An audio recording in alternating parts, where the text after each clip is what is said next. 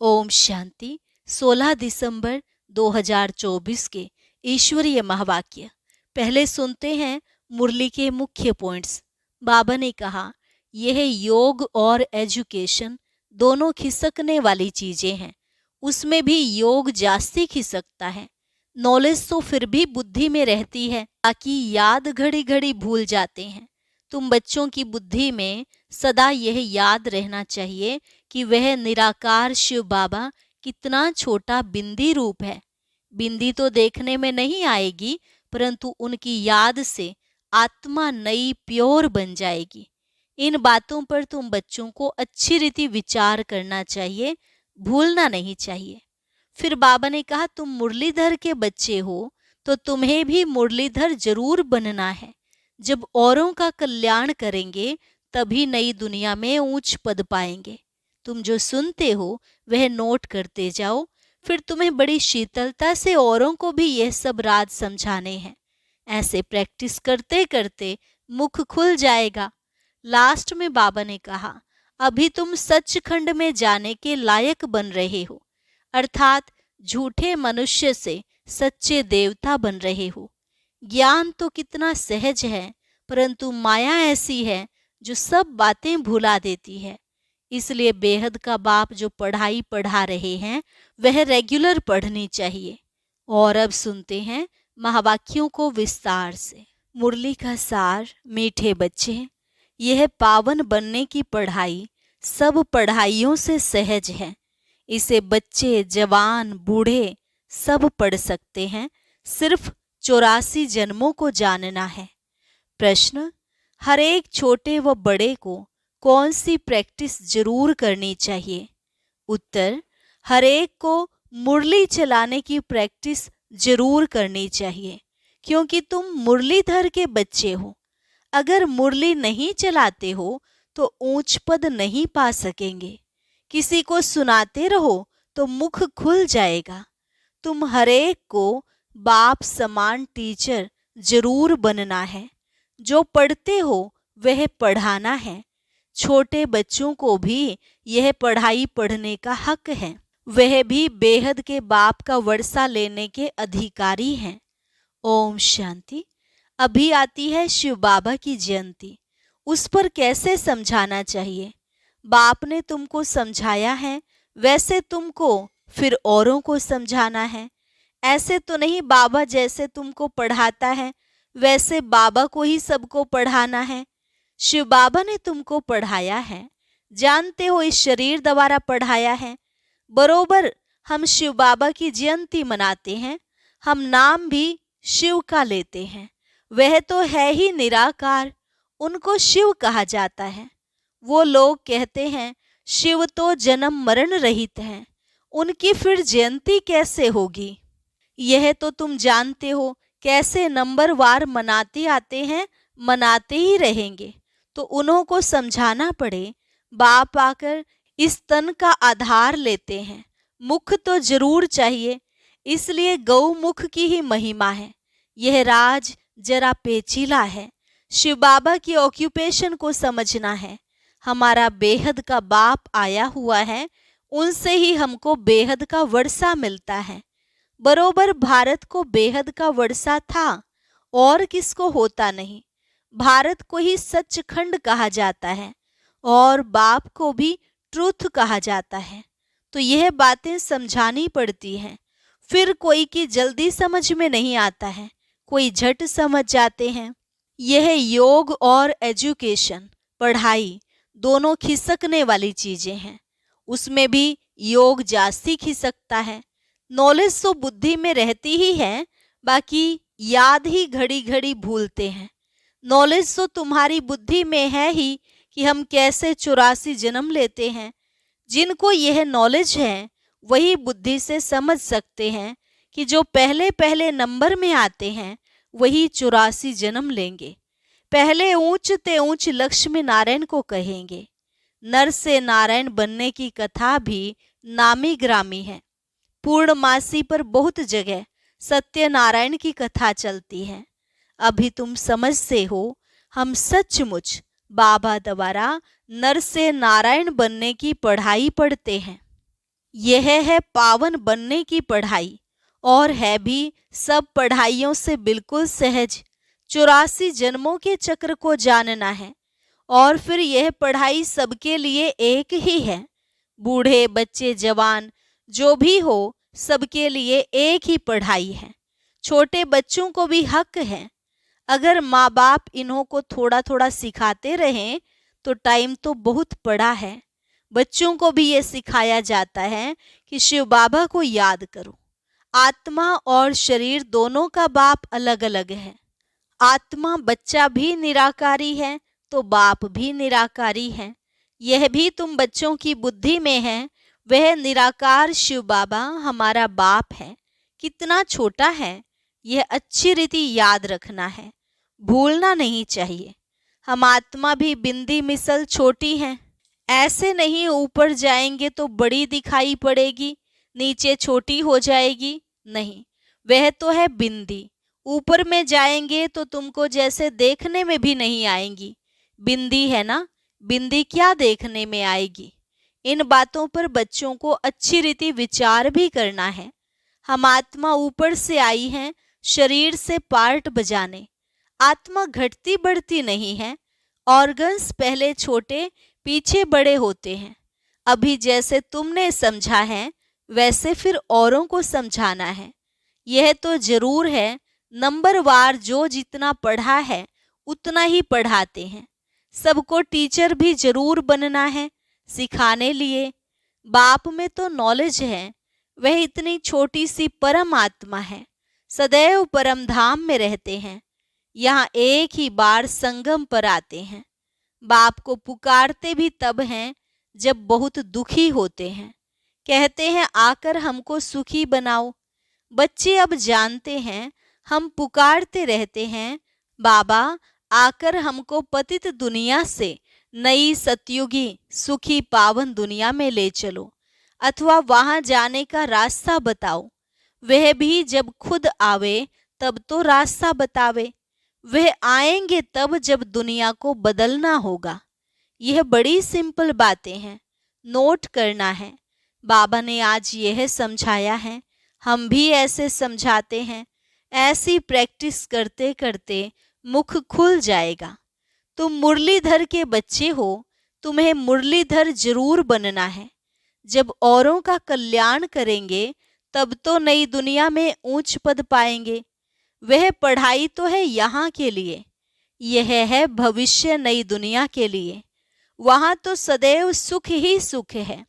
वहाँ 5 विकार तंग करने वाले होते ही नहीं। यहाँ रावण राज्य अर्थात पराये राज्य में हम हैं। तुम ही पहले अपने राज्य में थे। तुम कहेंगे नई दुनिया, फिर भारत को ही पुरानी दुनिया कहा जाता है। गायन भी है नई दुनिया में भारत।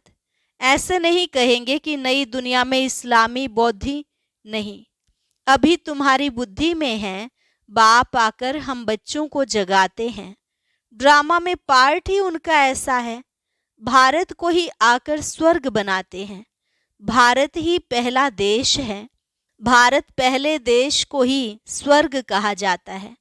भारत की आयु भी लिमिटेड है। लाखों वर्ष कहना यह तो अनलिमिटेड हो जाता है। लाखों वर्ष की कोई बात स्मृति में आ ही न सके। नया भारत था, अब पुराना भारत ही कहेंगे। भारत ही नई दुनिया होगी। तुम जानते हो हम अभी नई दुनिया के मालिक बन रहे हैं। बाप ने राय बताई है, मुझे याद करो तो तुम्हारी आत्मा नई प्योर बन जाएगी। फिर शरीर भी नया मिलेगा। आत्मा और शरीर दोनों सतो प्रधान बनते हैं। तुमको राज्य मिलता ही है सुख के लिए। यह भी ड्रामा अनादि बना हुआ है। नई दुनिया में सुख और शांति है। वहाँ कोई तूफान आदि होते नहीं। बेहद की शांति में सब शांत हो जाते हैं। यहाँ है अशांति तो सब अशांत हैं। सतयुग में सब शांत होते हैं। वंडरफुल बातें हैं ना। यह अनादि बना बनाया खेल है। यह हैं बेहद की बातें। वह हद की बैरिस्ट्री, इंजीनियरिंग आदि पढ़ते हैं। अभी तुम्हारी बुद्धि में बेहद की नॉलेज है। एक ही बार बाप आकर बेहद ड्रामा का राज समझाते हैं। आगे तो यह नाम भी नहीं सुना था कि बेहद का ड्रामा कैसे चलता है। अभी समझते हो, सतयुग त्रेता जरूर वह पास्ट हो गया, उसमें इनका राज्य था। त्रेता में राम राज्य था। पीछे फिर और धर्म आए हैं, इस्लामी, बौद्धी, क्रिश्चियन, सब धर्मों का पूरा मालूम है। यह सब 2500 वर्ष के अंदर आए हैं। उसमें 1250 वर्ष कलयुग हैं। सब हिसाब है ना। ऐसे तो नहीं सृष्टि की आयु ही 2500 वर्ष है, नहीं। अच्छा, फिर और कौन था? विचार किया जाता है। इन्हों के आगे बरोबर देवी देवता, वह भी थे तो मनुष्य ही, परंतु दैवी गुणों वाले थे। सूर्यवंशी, चंद्रवंशी 2500 वर्ष में, बाकी आधा में वह सब थे। इससे जास्ती का तो कोई हिसाब किताब निकल न सके। फुल, पौना, आधा, चौथा, 4 हिस्सा है। कायदे से टुकड़ा टुकड़ा करेंगे ना। आधा में तो यह है, कहते भी हैं सतयुग में सूर्यवंशी राज्य, त्रेता में चंद्रवंशी राम राज्य। यह तुम सिद्ध कर बतलाते हो तो जरूर सबसे बड़ी आयु उनकी होगी जो पहले पहले सतयुग में आते हैं। कल्प ही 5000 वर्ष का है। वो लोग 84 लाख योनियां कह देते हैं, तो कल्प की आयु भी लाखों वर्ष कह देते। कोई माने भी नहीं, इतनी बड़ी दुनिया हो भी न सके। तो बाप बैठ समझाते हैं, वह सब है अज्ञान और यह है ज्ञान। ज्ञान कहाँ से आया यह भी किसको पता नहीं। ज्ञान का सागर तो एक ही बाप है, वही ज्ञान देते हैं मुख से। कहते हैं गौमुख, इस गौ माता से तुम सबको अडॉप्ट करते हैं। यह थोड़ी सी बातें समझाने में तो बहुत सहज हैं। एक रोज समझाकर फिर छोड़ देंगे तो बुद्धि फिर और बातों में लग जाएगी। स्कूल में एक दिन पढ़ा जाता है या रेगुलर पढ़ना होता है। नॉलेज एक दिन में नहीं समझी जा सकती है। बेहद का बाप हमको पढ़ाते हैं तो जरूर बेहद की पढ़ाई होगी। बेहद का राज्य देते हैं। भारत में बेहद का राज्य था ना। यह लक्ष्मी नारायण बेहद का राज्य करते थे। किसको यह बातें स्वप्न में भी नहीं है जो पूछे कि इन्होंने राज्य कैसे लिया। उन्हों में प्योरिटी जास्ती थी। योगी है ना, इसलिए आयु भी बड़ी होती है। हम ही योगी थे, फिर 84 जन्म ले भोगी भी जरूर बनना है। मनुष्य नहीं जानते कि यह भी जरूर पुनर्जन्म में आए होंगे। इन्हों को भगवान भगवती नहीं कहा जाता। इनसे पहले तो कोई है नहीं जिसने 84 जन्म लिया हो। पहले पहले जो सतयुग में राज्य करते थे वही 84 जन्म लेते हैं, फिर नंबरवार नीचे आते हैं। हम आत्मा सो देवता बनेंगे, फिर हम सो क्षत्रिय, डिग्री कम होगी। गाया भी जाता है, पूज्य सो पुजारी। सतो प्रधान से फिर तमो प्रधान बनते हैं। ऐसे पुनर्जन्म लेते लेते नीचे चले जाएंगे। यह कितना सहज है, परंतु माया ऐसी है जो सब बातें भुला देती है। यह सब पॉइंट्स इकट्ठी कर किताब आदि बनाएं, लेकिन वह तो कुछ रहेंगी नहीं। यह टेम्परेरी है।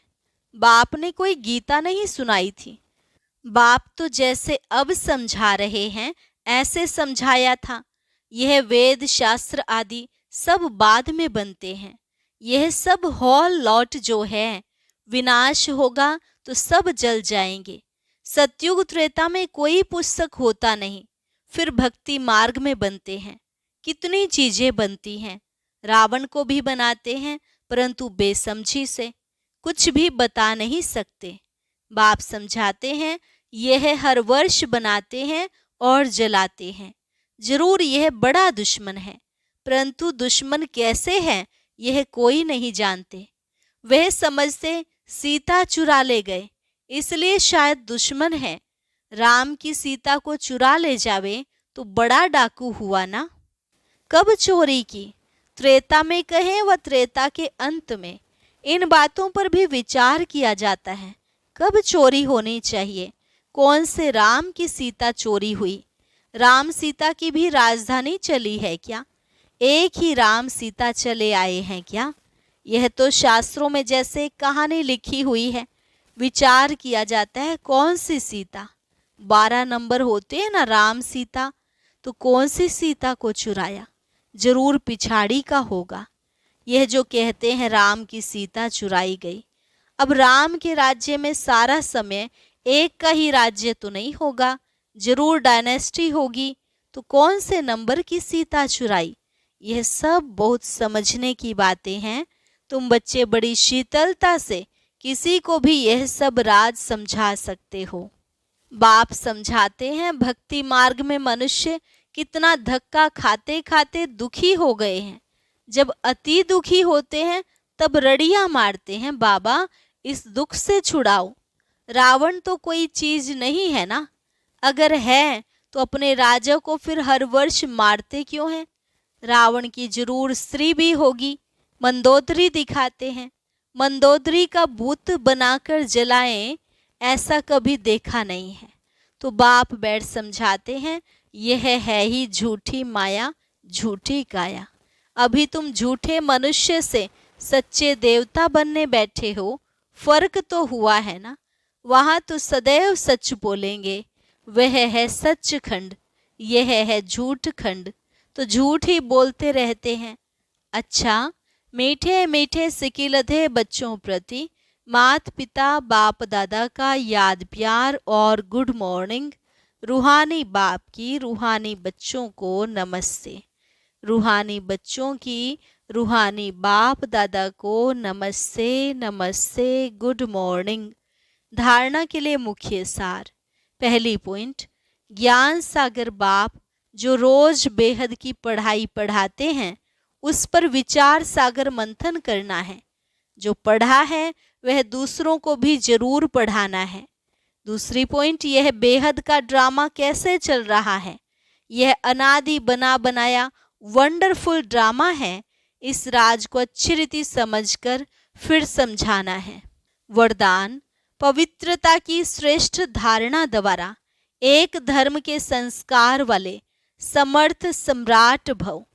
पवित्रता की श्रेष्ठ धारणा द्वारा एक धर्म के संस्कार वाले समर्थ सम्राट भव। आपके स्वराज्य का धर्म अर्थात धारणा है पवित्रता। एक धर्म अर्थात एक धारणा। स्वप्न व संकल्प मात्र भी अपवित्रता अर्थात दूसरा धर्म ना हो, क्योंकि जहाँ पवित्रता है वहाँ अपवित्रता अर्थात व्यर्थ व विकल्प का नाम निशान नहीं होगा। ऐसे संपूर्ण पवित्रता के संस्कार भरने वाले ही समर्थ सम्राट हैं। अभी के श्रेष्ठ संस्कारों के आधार से भविष्य संसार बनता है। अभी के संस्कार भविष्य संसार का फाउंडेशन है। स्लोगन, विजयी रत्न वही बनते हैं जिनकी सच्ची प्रीत एक परमात्मा से है। विजयी रत्न वही बनते हैं जिनकी सच्ची प्रीत एक परमात्मा से है। अच्छा, ओम शांति। आज हम उस अव्यक्त मुरली की कुछ मुख्य पॉइंट सुनेंगे जो कल मधुबन में बाप दादा मिलन पर सुनाई गई। इसलिए कोई भी भाई बहन मिस ना करे। इसे सुनने के लिए ऊपर दिए गए बॉक्स पर क्लिक करें।